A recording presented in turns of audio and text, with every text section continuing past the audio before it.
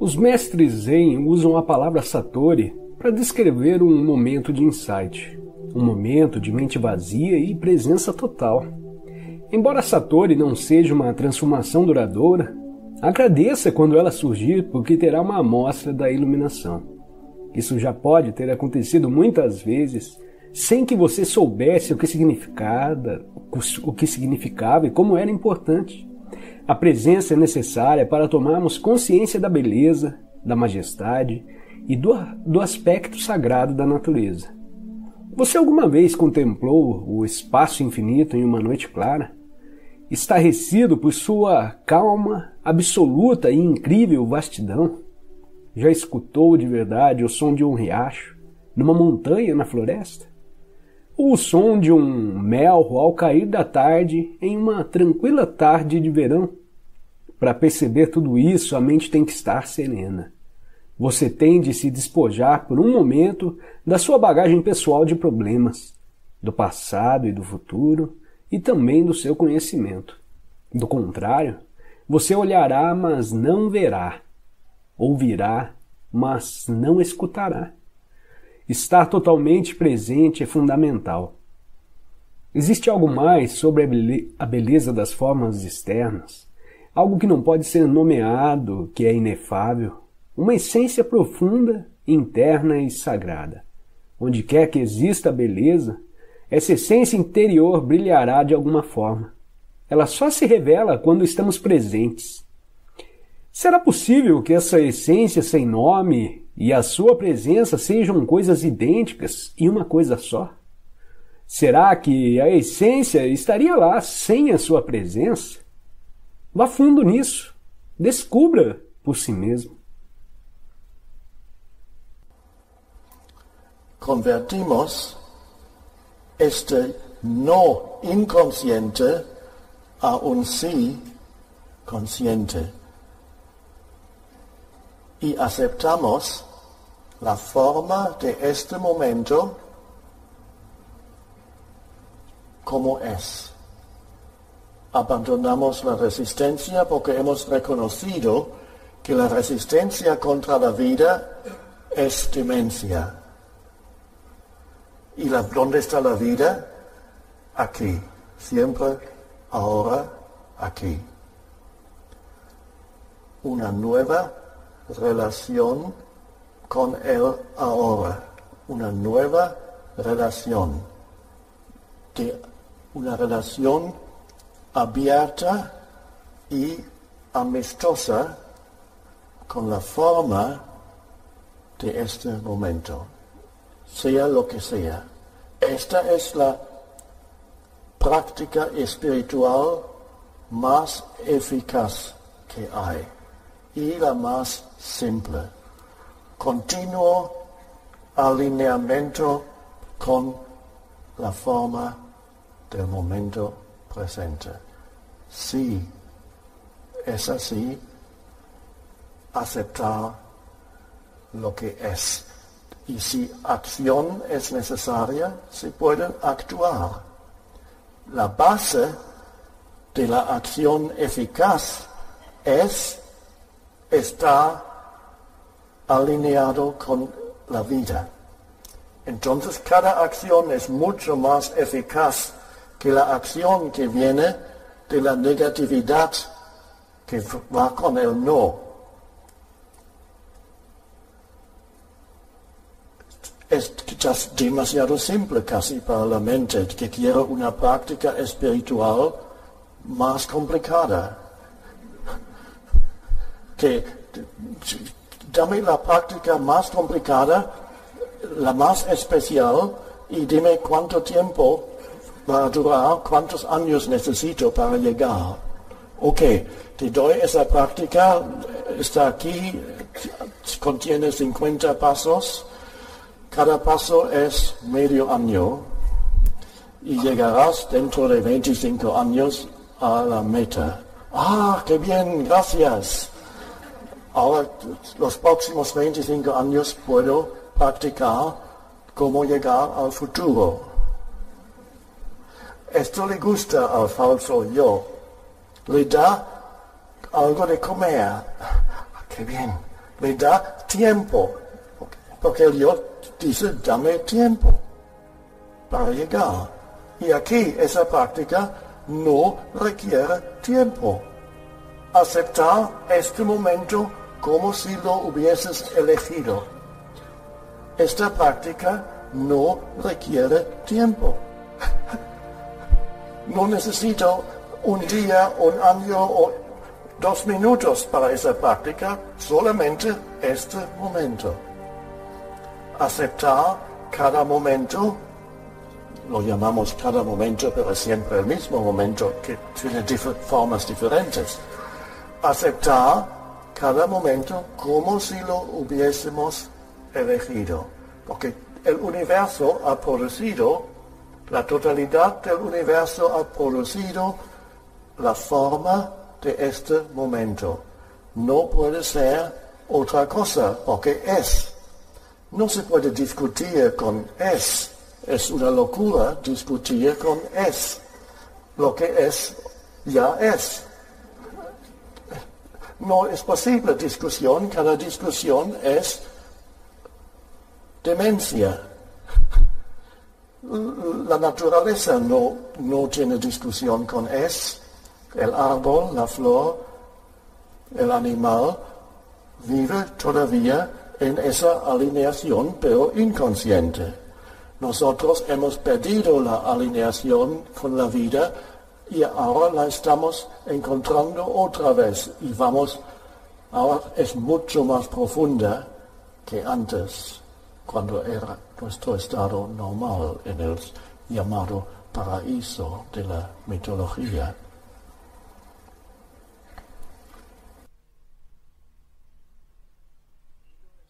O ego vem sendo uma parte absolutamente necessária da evolução humana.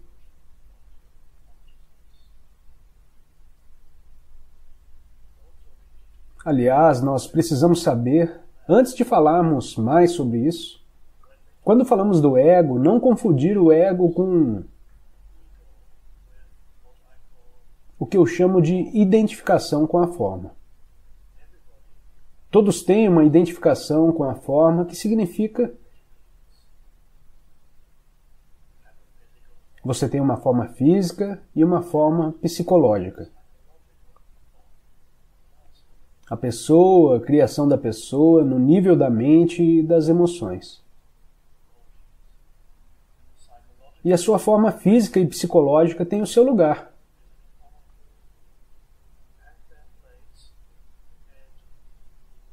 E não devem ser confundidas com um ego. Cuidar da sua forma, reconhecer e honrar isso, ou mesmo melhorar, isso é coisa boa. Você pode melhorar a sua forma física através dos exercícios e da nutrição certa. Você pode melhorar sua forma psicológica através de novas experiências. Ganhar mais conhecimento, aprender novas coisas, tudo isso é parte da sua identificação com a forma. Como identidade da forma, você não está completo ainda. Há muitas possibilidades, muitas coisas que você pode continuar fazendo. A menos que você tenha 100 anos, e nesse caso, você não precisa fazer muito. Quanto mais velho, mais você pode estar retornando para dentro do ser. Enquanto isso, alguma forma continua lá. E quando você fica muito velho, ela começa a desaparecer e então depois você é cada vez mais e mais só a sua essência. Então reconhecer a sua própria forma significa quando o ego desaparece. Oh, desculpe, qual é a diferença da sua identidade da forma e o seu ego? É muito simples. Ego significa a completa identificação com sua identidade da forma. Isso significa que só se conhece a si mesmo como veículo físico, que pode ser bonito ou não, que pode ser gordo ou magro, ou o que seja. Ou melhor, que todos os outros e etc. Ou ficando velho, eu não quero mais me olhar no espelho. Essa é a sua forma física, mental e emocional.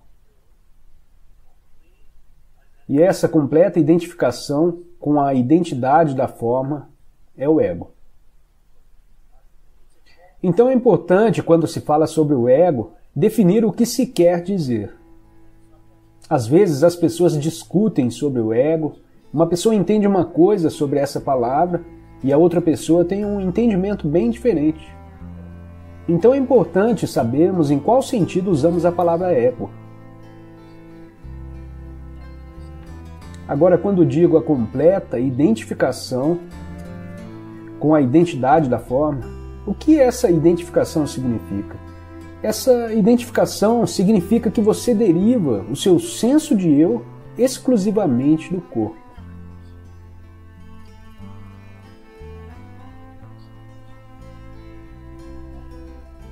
Da aparência, das suas habilidades, etc. E da mente, das emoções, conhecimentos, conquistas e habilidades, todas essas coisas que estamos falando.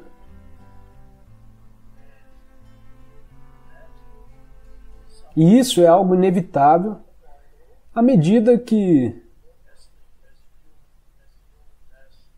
a consciência humana vem crescendo.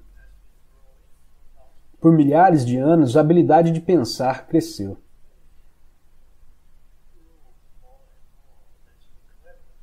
Foi um incrível desenvolvimento evolutivo, a capacidade de criar da consciência, de criar o pensamento.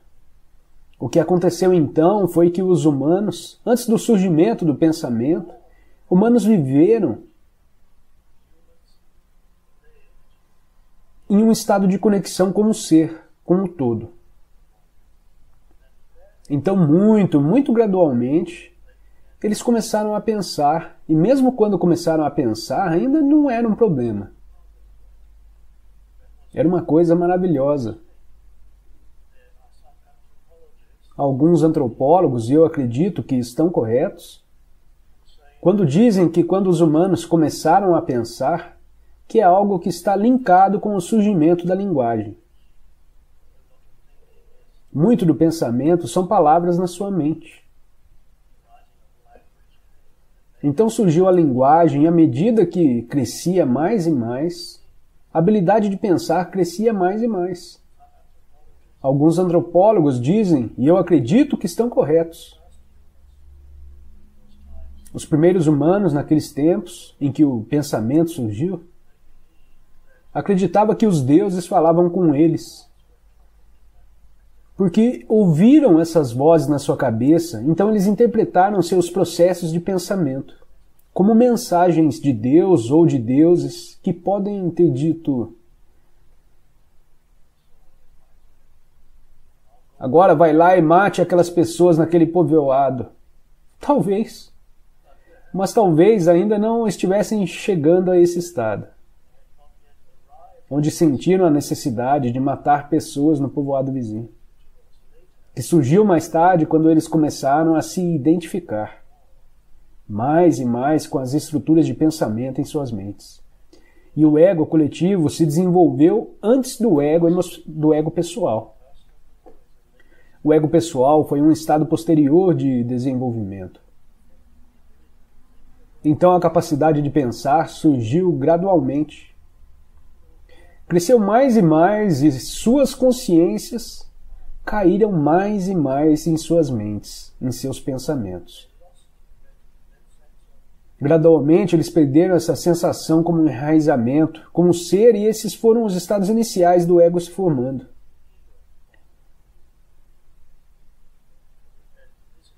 Essa é a razão pela qual eu diria que é por isso que em muitas civilizações e culturas antigas eles tiveram um mito antigo em muitas partes do mundo, chamado por diferentes nomes. E esse mito é chamado de Era Dourada. E conta uma história que era uma vez, há muito tempo, em um passado distante, em que os seres humanos eram felizes, quando tudo ia bem e a vida era fácil. por milhares de anos as pessoas vêm contando essa história sobre esses tempos antigos. Esses eram tempos do estágio pré-egóico da consciência humana, quando existia essa conectividade.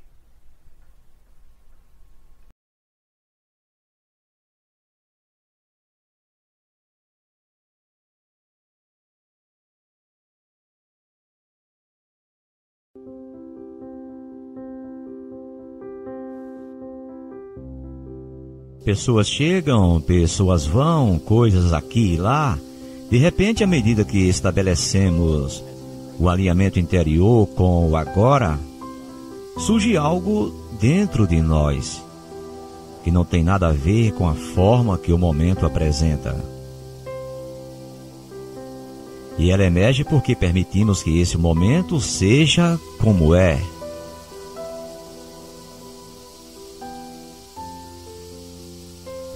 Portanto, aceitando a forma que o momento presente tem, admitindo internamente, dizendo: posso muito bem dizer sim, porque esta é a vida, porque este é o único momento que existe, o agora. Podemos aceitá-lo e dizer: sim, é assim que ele é. Isso não diminui nossa capacidade de mudar as coisas que precisam ser modificadas. A ação provém do alinhamento com o que é agora.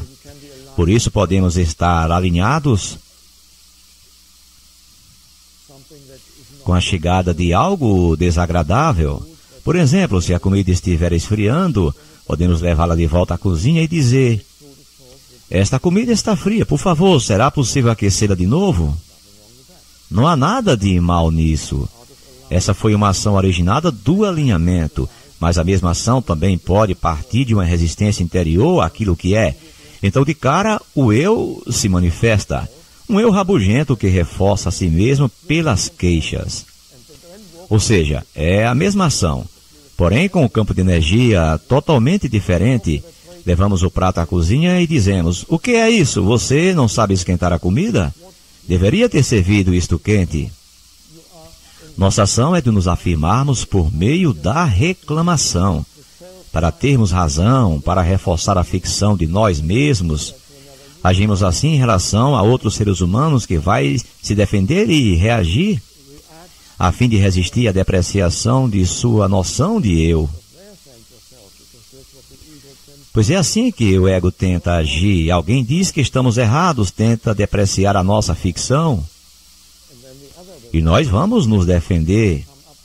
Apresentamos canhões ainda maiores, começamos a responder com gritos, tentando evitar a nossa depreciação, isto é, a depreciação da nossa própria ficção. Que mundo! Quando vivemos alinhados com o que é,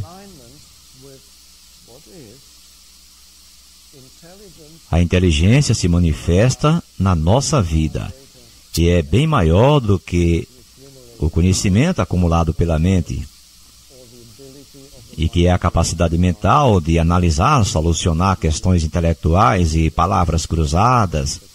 Isso é uma imagem, uma forma minúscula de inteligência. Nada de errado com ela, mas é mínima.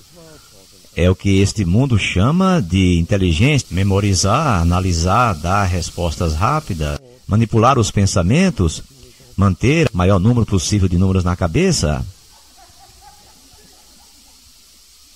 E, no entanto, há uma inteligência muito mais profunda da qual a civilização nada sabe. E é nela que a verdadeira criação tem origem.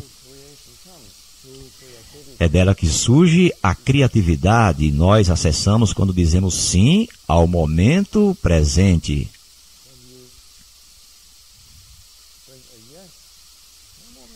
É o que basta. É isso, aliás, incluindo o passado, porque há pessoas que carregam uma tristeza muito grande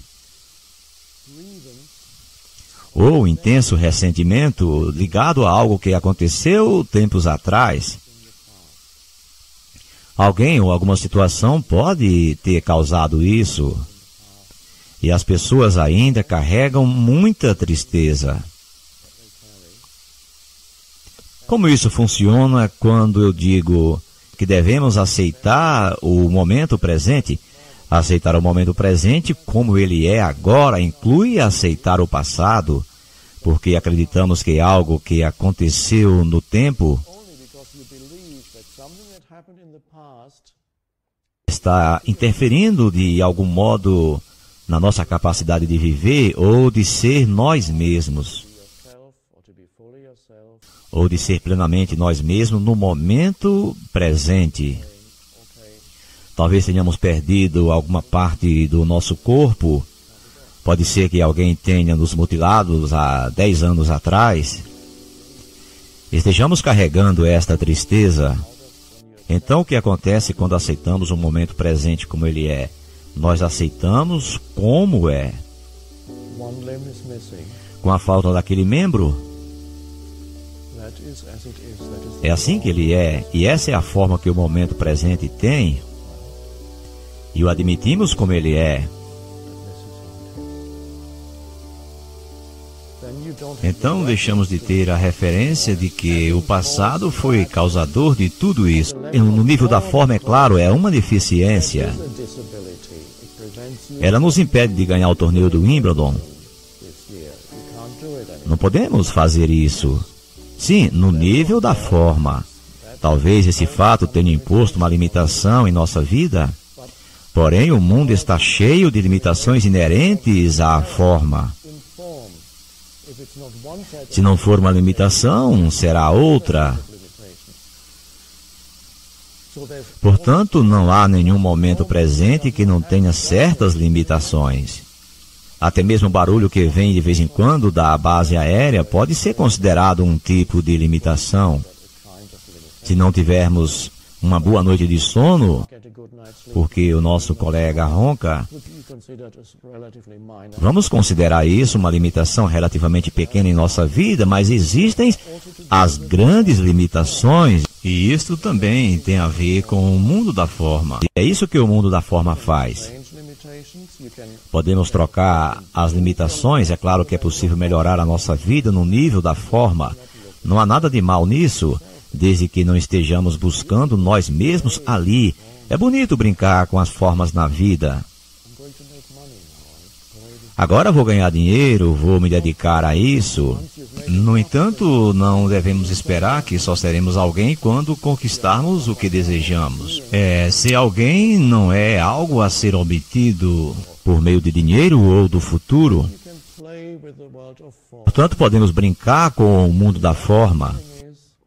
E algo de milagroso nisso, quando paramos de exigir que este mundo nos faça felizes.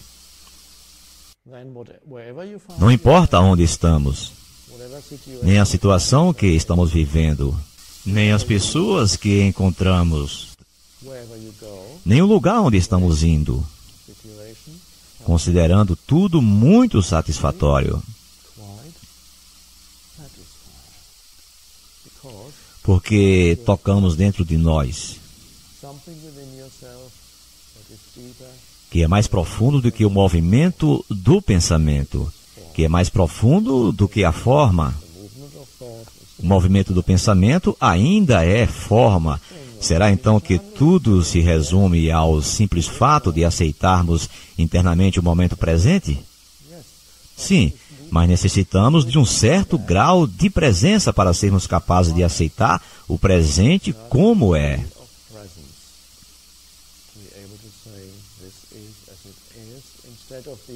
Uma vez de sermos dominados por um velho padrão relativo, governados pelo eu ficcional, que afirma que isso não se encaixa em nossa história. Posso ajustar isso a mim. Isso não completa a minha história. Nada a ver, nem deveria estar aqui na minha história. Desapareça. Muitas pessoas são como histórias ambulantes. Contra outras pessoas, não querem estar com elas. Pedem a elas que saiam de suas histórias. Quero outra pessoa no seu lugar. E repetindo, quando damos um passo além, saindo do movimento do pensamento, a quietude e a paz surgem e nos harmonizamos com o que seja presente.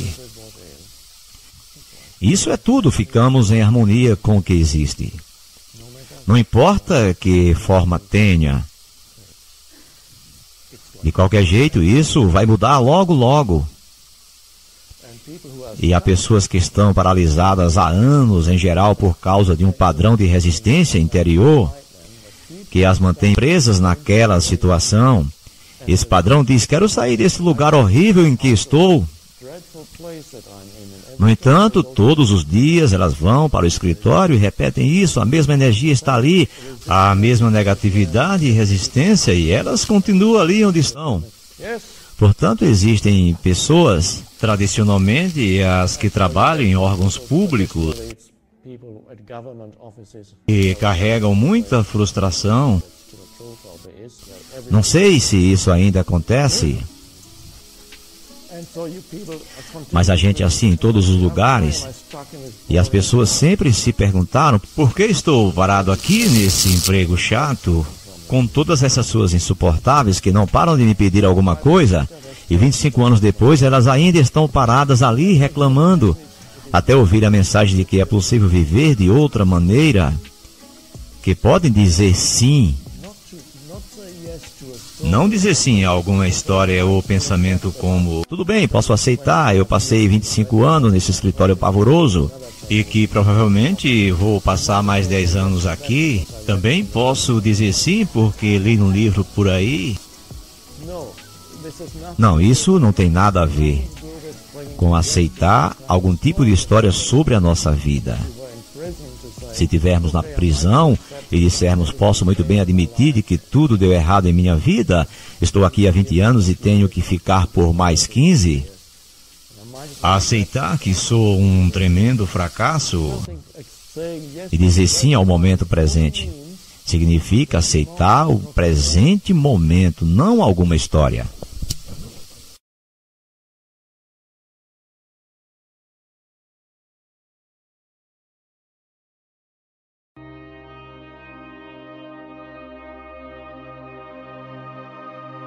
Ao observarmos a nós mesmos, o maior grau de presença surge automaticamente em nossas vidas. No momento em que percebemos que não estamos presentes, estamos presentes. Sempre que formos capazes de observar nossas mentes, deixamos de estar aprisionados. Um outro fator surgiu, algo que não pertence à mente: a presença observadora. Esteja presente como alguém que observa a mente e examine seus pensamentos, suas emoções, assim como suas reações em diferentes circunstâncias. Concentre seu interesse não só nas reações, mas também na situação ou na pessoa que leva você a reagir. Preste atenção ao pensamento, sinta a emoção e observe a reação. Não veja nada como um problema pessoal. Sentirá então algo muito mais poderoso do que todas aquelas outras coisas que você observa. Uma presença serena e observadora por trás do conteúdo da sua mente. O observador silencioso.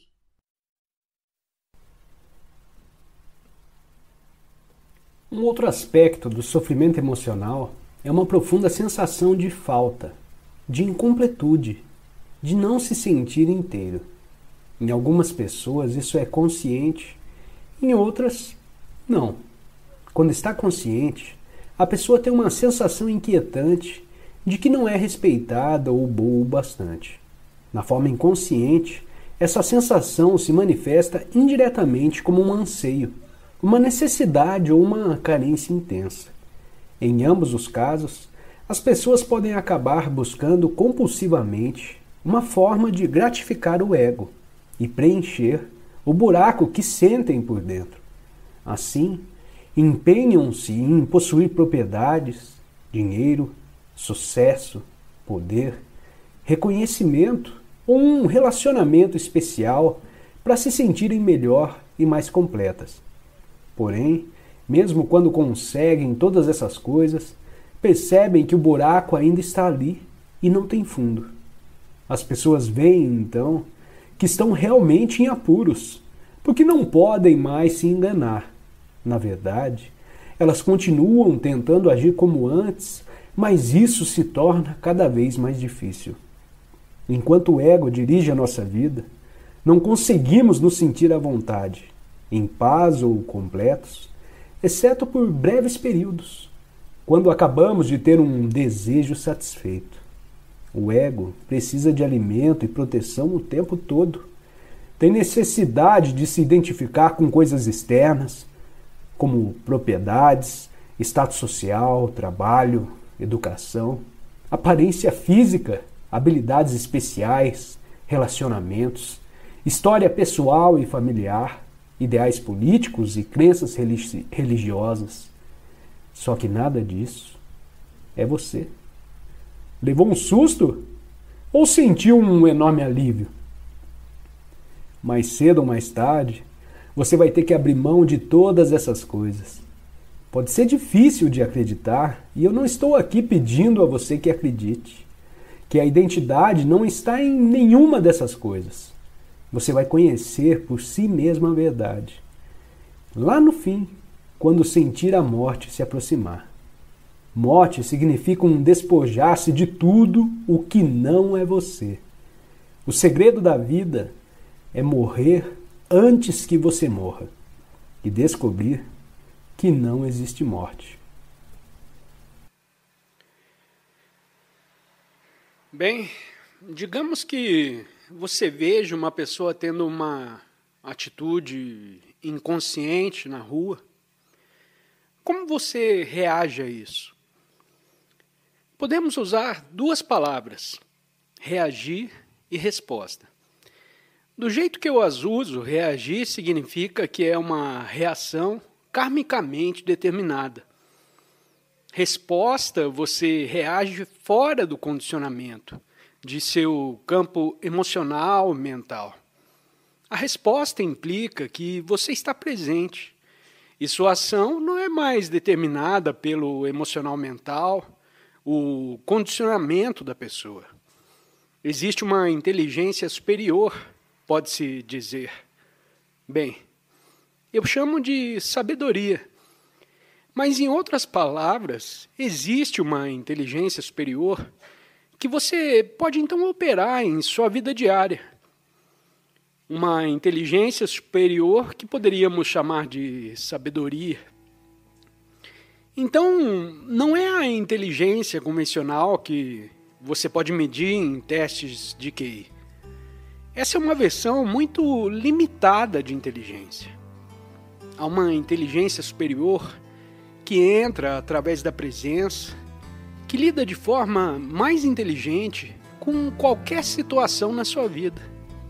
Essa é a única forma possível de lidar com inteligência. É lidando com a situação através da presença, especialmente importante, é claro, nas relações humanas. Porque tanta inconsciência que acontece na interação entre os seres humanos, entre dois seres humanos e um número maior de seres humanos. E então, grupos de seus coletivos, de seus milhões de seres humanos, 1 milhão aqui, outro 1 milhão ali.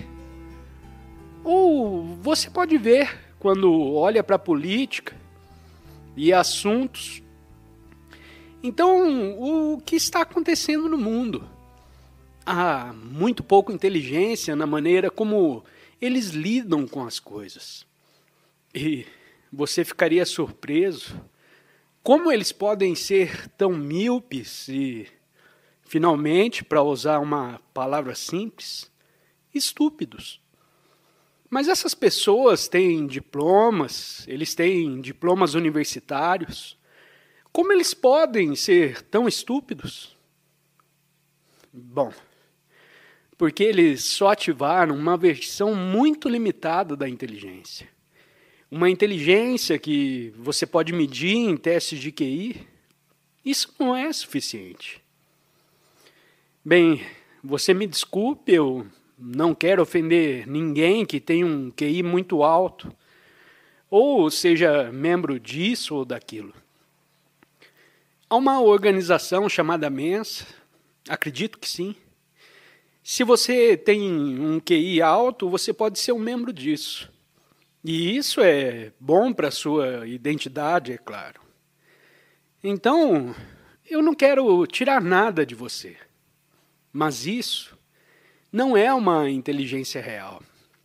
Bem, meio que sim, é uma forma de inteligência.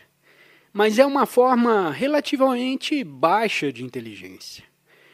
Uma inteligência muito mais alta vem através da presença. E isso está faltando no mundo. Ocasionalmente, você vê, muito raramente você vê um político, na verdade. Você pode ver que essa pessoa tem alguma inteligência e percepções reais. E geralmente não são as pessoas que estão comandando as coisas. E se for um político, geralmente é alguém que foi empurrado para a periferia da política. E de lá, ele usa ela, comenta sobre a estupidez do que está acontecendo no mundo. Eu observei isso. Acontece em diferentes países. Isso é um fenômeno semelhante. Algumas pessoas aqui e ali que podem ver claramente para onde estamos indo e o que estamos fazendo, e que tudo isso é uma loucura, porque há uma falta de verdadeira inteligência superior, que está além da mente egóica. E, bem, no momento não parece bom, quando você olha para o estado do mundo. É importante que você não entre em um modo reativo, porque isso levará à inconsciência. Se você também assistir muita televisão ou os assuntos atuais, você provavelmente será levado à inconsciência. A menos que você assista, como um estudo antropológico, de como a humanidade pode ser equivocada. Então você precisa ficar presente enquanto olha para tudo isso e vê o que está acontecendo.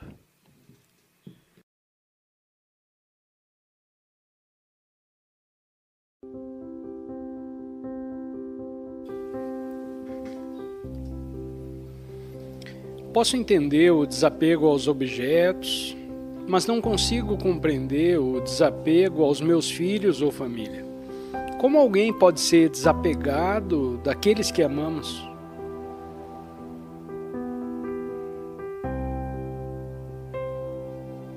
Boa pergunta.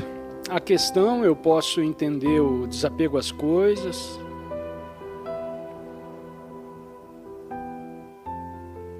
Agora, o desapego às coisas, vamos falar um pouco sobre isso. O desapego às coisas não significa não apreciá-las, mas significa não buscar a si mesmo ou considerar as coisas como sendo uma extensão de si mesmo, ou pensar nas coisas como se elas precisassem ser adicionadas a você, para ser você mesmo um pouco mais plenamente. Isso é apego às coisas, é uma disfunção do ego, mas de uma forma em que o ego sobrevive. E não é agradável porque você sempre precisa de mais e nada realmente te satisfaz. Se alguma vez você compra algo e busca algum tipo de autossatisfação através disso, muito rapidamente você percebe que não funciona. E então você procura por outra coisa. No entanto, existe uma forma de apreciar as coisas bonitas ou coisas simples. Apreciar não é ser apegado. Você pode amar, até mesmo amar um móvel, ou seja lá o que for. Um pequeno objeto, ou um pedaço de pano. Algo que você veste também. Não estou dizendo que tudo isso precisa desaparecer. Você pode gostar das coisas e apreciá-las, amá-las no sentido de tê-las apreciado, sem um egoísmo nisso. E quando a coisa sai de você, você a perde ou quebra, ou é roubada, ou o que quer que seja, sem um apego você dirá, pá, é uma pena. Mas não há reação e nem dor. Você é capaz de deixar ir. E isso é um sinal de que algo que você apreciou, e mesmo que essa coisa não esteja mais lá, bem, está tudo bem. Agradeço sempre, desde que comecei nos meus... entre os 30 anos e... bem, até os 30, eu não sei, 36, meu principal meio de transporte era a bicicleta. E sempre apreciei minha bicicleta. E desenvolvi um hábito estranho quando estacionava minha bicicleta e aprendi em alguma coisa na grade do lado de fora, sei lá. Eu dava alguns passos e olhava para trás e apenas apreciava o fato de ser. É um hábito muito estranho. Você olha para trás e olha para trás mais uma vez e ali está. E às vezes as pessoas perguntam por que você está olhando para trás, para sua bicicleta. Você está orgulhoso disso? Bem, não era uma bicicleta particularmente especial, era uma bicicleta normal. Não, eu apenas agradeço por estar lá. E um dia eu peguei um carro, alguém me deu um carro velho, e então eu emprestei minha bicicleta para alguém, e de repente essa pessoa veio e me disse, sinto muito por ter perdido sua bicicleta. Foi por alguns minutos e agora se foi. E eu já havia passado por uma mudança na minha consciência. Então eu disse, está tudo bem, se foi. Não há nada que possamos fazer sobre isso. Espero que mais alguém aprecie isso agora. Então desenvolvi o mesmo hábito com o meu carro antigo. Eu olhava para trás quando estacionava, olhava para trás e apenas apreciava ele estar lá. E eu faço o mesmo agora que tenho um carro muito melhor. E agora com meu carro bom, as pessoas acham que devo estar orgulhoso desse carro ou algo assim. Mas não é isso. Eu fiz o mesmo com a bicicleta. É um hábito estranho. Eu não estou recomendando a ninguém que faça isso. Mas é uma maneira pela qual apreciei sua existência. E não é apego. Mas não acredite em mim.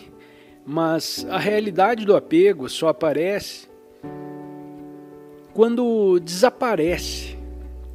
Então vamos esperar para ver. Então, isso é maravilhoso, não estar apegado às coisas e ainda ser capaz de apreciar as coisas. Então vem o apego aos humanos, apego aos seres humanos. E o questionador pergunta, eu posso entender o desapego aos objetos, mas não consigo compreender o desapego aos meus filhos e minha família. Como alguém pode ser desapegado daqueles que amamos? Bem, você não pode. Não é desejável. Claro que você está apegado àqueles que ama. E claro, se eles forem tirados de você, você sentirá dor e chorará. No entanto, à medida que você desperta espiritualmente, além do seu apego a uma pessoa que ama,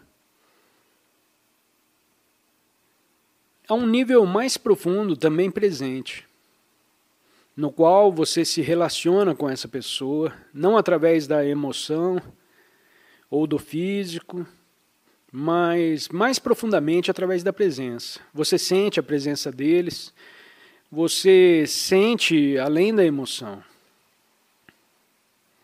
Você sente a essência deles. E isso é vital, porque agora significa que o amor se tornou, bem, que palavra podemos usar? Poderíamos dizer espiritualizado. Não é mais apenas emocional. É apenas uma forma muito limitada de amor. Mas você também percebe a dimensão sem forma no outro ser humano e em si mesmo ao mesmo tempo. E se uma pessoa for tirada de você, o nível em que você está apegado a essa pessoa e esse nível, você sente a perda e a dor disso.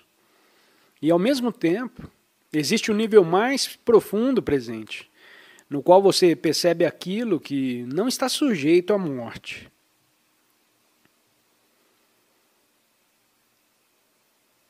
Existe uma vida interna ali, existe um nível em que a essência daquela pessoa, você sabe além das explicações, é eterna.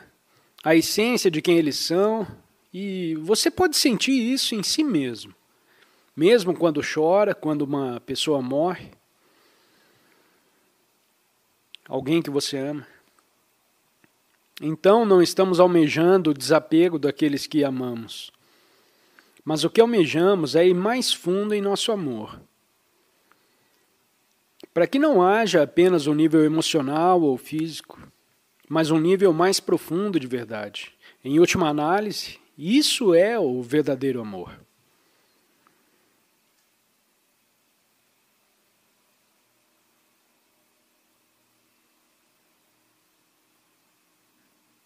E não espere até que alguém que você ama seja tirado de você para encontrar esse nível.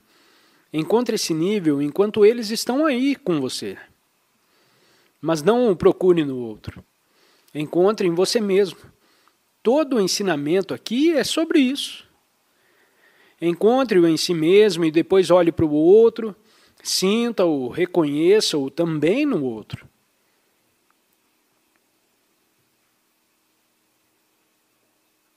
Portanto, há momentos em que você pode se relacionar com um ente querido, e isso é uma parte importante do relacionamento. Não através de palavras e pensamentos, não através da fisicalidade, não através da emoção. Eles estão lá, mas de vez em quando relacione-se com outro nível, o nível mais profundo do que o físico. Toque, olhe. Mais profundo do que palavras, mais profundo do que os pensamentos, mais profundo que a emoção que você sente, a proximidade. Então você vai para isso. Isso é possível? Sim. Esteja com outra pessoa no estado de clareza da presença. Apenas consciência de espaço absoluto. Olhe para o outro com consciência ampla. E assim surge a essência sem forma. Então, quando eles morrem, porque todo mundo próximo a você, é claro, vai deixar você ou você os deixará. Eles morrem primeiro ou você morre primeiro. E é um absurdo não considerar isso. E quando a morte finalmente chega, sim, claro que você sente dor, mas reagir como se isso fosse a maior coisa antinatural que já aconteceu no mundo, claro que é assim que você se sente se você nunca considerou a morte. A realidade dela que está ao seu redor. Mas para ir além da morte, não espere a morte. Morra agora para essa identificação exclusiva com a forma. Morra para o eu feito pela mente.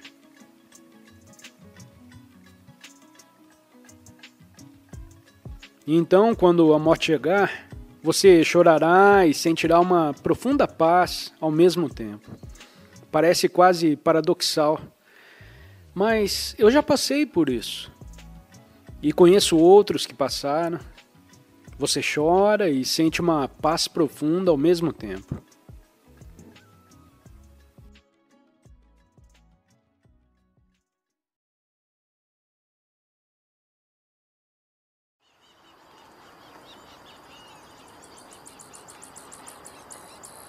A adversidade é uma oportunidade maravilhosa, porque ela o força a ir mais fundo. Você é capaz de cavar e encontrar a base dentro de você que o liberta do medo de que certas ações ocorram. Por vezes você acaba fazendo coisas que sabe que não são ideais, mas parece algo agindo através de você. Existe um poder que o leva a fazer coisas que sabe que não são certas ou benéficas, mas não consegue evitar. Isso ocorre em várias áreas da vida e também está presente em vícios, como o vício em substâncias ou hábitos prejudiciais. Minha resposta é semelhante à que dei anteriormente. O poder da presença precisa crescer em você para ser forte o suficiente e resistir a essas impulsões. Não é uma questão de força de vontade, pois aplicar força para resistir não é a abordagem ideal. Estou falando de um tipo de poder que pode ser confundido com força de vontade, mas não é simplesmente segurar algo. Por exemplo, se o vício está ligado a bebidas intoxicantes, você pode sentir a tentação quando as garrafas estão presentes e a sensação de que precisa ir lá e se servir de uma bebida. Quando você não está nem um pouco consciente, nem mesmo sabe o que está fazendo. Está tão inconsciente que já está segurando a bebida e bebendo. Nesse ponto você até percebe que está bebendo. O mesmo ocorre com a comida. Mencionei a pessoas com vícios alimentares que muitas vezes acordam no meio da noite já tendo comido. Elas foram inconscientes até a geladeira, pegaram o bolo de chocolate e já estão na metade quando de repente percebem: ei, o que eu estou fazendo? No entanto, a consciência chega tarde. A força de vontade seria segurar essa vontade, dizer eu não vou, mas muitas vezes, depois de um tempo, ocorre uma explosão, como uma chaleira fervendo que não aguenta por muito tempo. Então você pode ter alguma racionalização em sua mente sobre por que fará isso de qualquer maneira. A mente fornecerá uma razão. Conversei com um homem viciado em comida, cujo corpo estava prejudicado pela obesidade. Ele costumava dizer, antes de se entregar a um excesso alimentar: ei, você teve um dia difícil. Realmente merece um tratamento. Não vou fazer isso por muito mais tempo, só hoje. Eu preciso realmente de um tratamento especial. A vida não me tratou e é o único prazer que eu tenho. Eu tentei mostrar a ele que esse pensamento era um engano e tive algum sucesso. Mas, infelizmente, era tarde demais para salvá-lo. Ele não está mais no corpo, mas está tudo bem. A essência nunca deixa de existir.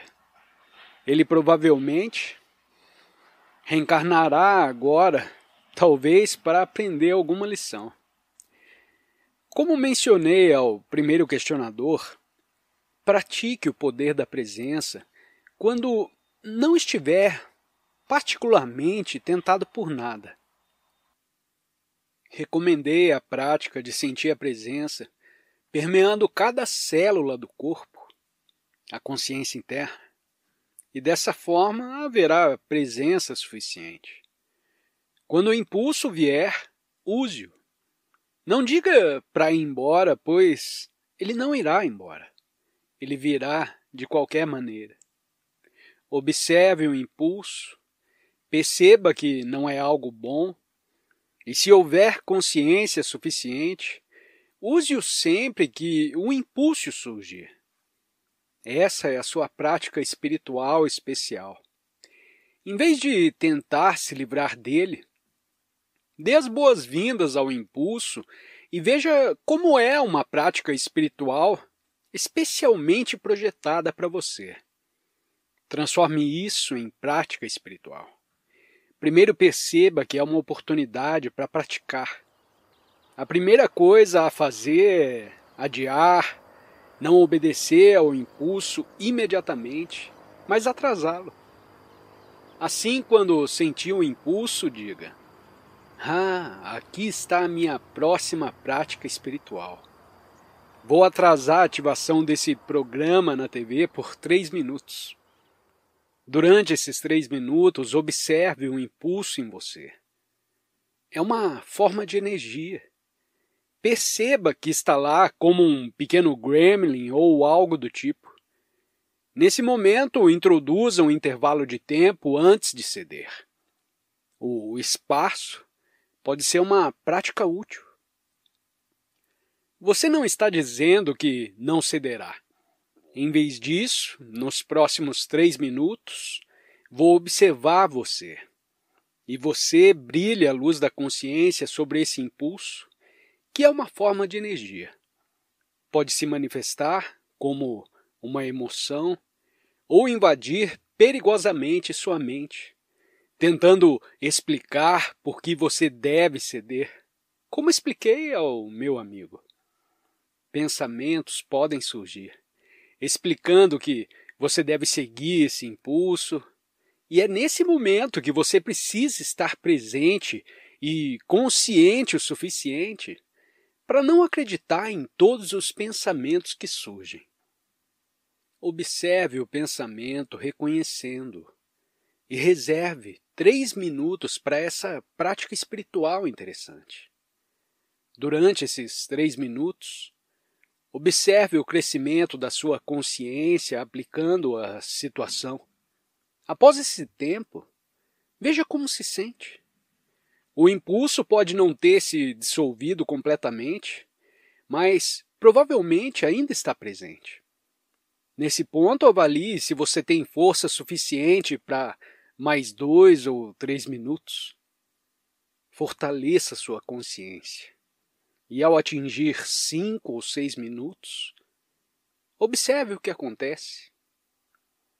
Pode ser que o impulso retroceda, fique inativo, e de repente, você não precisa mais ceder.